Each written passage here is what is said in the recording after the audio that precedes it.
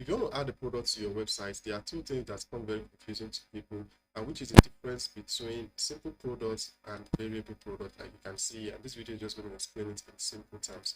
Now, firstly, let's look at what WordPress has to say about it, or WooCommerce. Now, if you go on simple product, then you over this question mark, it says simple covers the vast majority of any product you want to sell. Simple products are shipped and have no options. For example, a book. So just like it says, these are products that have no option. Now let me show you what it means. Now you can see this particular product. Now there is no option. If tell you the title of the product, this is a basic high neck pop jacket, the description, the price. What do? You go ahead and add it to cart. Now, but for variable product, if you look at variable product now, if you over this, it says a product with variation, each of which may have a different SKU, price, stock option, and so on.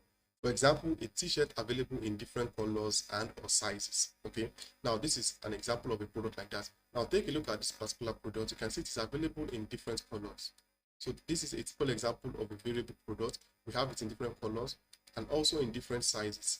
So you can see it, and at the same time, it's also okay. This is even at a single price. They all have the similar price, but they have different color. That means there is a variation. That means you have options compared to this particular product where you don't have any option. This is just the way it is. No size difference, no color difference.